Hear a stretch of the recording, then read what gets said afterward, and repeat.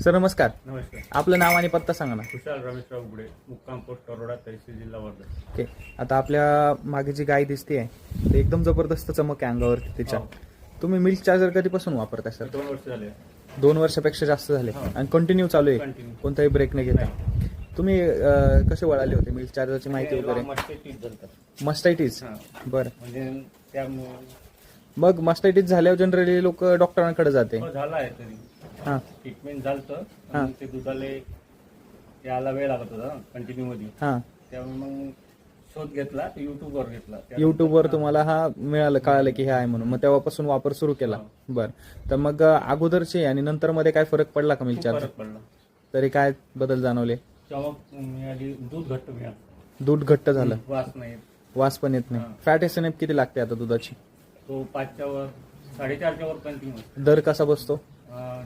40-45. 40-45 आसपास जातो. हां. आता सध्या किती लिटर दूध निघतं एका टाइमला? एका टाइमला 5 लिटर 5 लिटर निघतंय कंटिन्यू. कंटिन्यू. ओके. म्हणजे आज ती लावून पण आज म्हणजे येऊन तिचा हा 7वा महिना आहे आणि लावून 1 महिना झालेला आहे तुमचा. ओके. म्हणजे गाभण पण आहे ती. हो. आणि तुम्हाला इथून 2 वर्षामध्ये तिचा काही इतर आजाराचा किंवा काही प्रॉब्लेम? आजाराचा काहीच नाही, मेडिकल बंदच झालं सगळं पूर्ण? हो. म्हणजे 2 वर्षात डॉक्टरच नाही, कसलाच नाही, फक्त भरवाला. फक्त भरवायला आलंय. बरं. मग आता तुम्ही मिल्क चार्जर जेव्हापासून वापरताय तेव्हापासून रिझल्ट त्याला कंटिन्यू मस्त आहे, बाकी काही समस्याच नाही नाही, कशाची? काहीच प्रॉब्लेम नाही. तुम्ही मस्टायटिस झाला म्हणून सुरू केला होता, आता हा. 2 वर्षात मस्टायटिस झाला का परत? काय नाही, परत नाही झालं. झालाच नाही परत. बरं.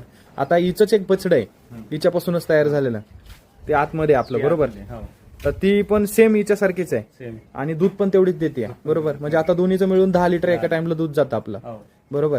ओके. आता मागच्या काही दिवसांमध्ये तर ऊन आणि टेम्परेचर खूप होतं. आपण आता वर्धा जिल्ह्यामध्ये इथलं टेम्परेचर सगळ्यात हायेस्ट होतं महाराष्ट्रात, 47 पर्यंत गेलं होतं. त्यात सुद्धा आपल्या दुधाला कमी नाही झाली काहीच, कंटिन्यू चालू होतं. जर कमी जास्त म्हणजे 1-2 दिवस गॅप पडल्यानंतर हा जर आणायला लेट झालो हा तर कमी यायचं, पण कव्हर होऊन जातं. कव्हर होऊन जायचं. म्हणजे जर ते दिलं गेलं नाही काही कारणास्तव तर मग त्याच्यामुळे दूध कमी व्हायचं आणि ते दिलं की चालू राहायचं कंटिन्यू. ओके. तर मग एकंदरीत आपल्याला मिल्क चार्जरचे रिझल्ट एकदम जबरदस्त मिळाले. हो. जर हे जर तुम्ही युट्यूबवरती बघितलं नसतं किंवा मिळालं नसतं तर काय परिस्थिती असते? विकावं लागली. विकावं लागले असते, परवडले नसते. नाही.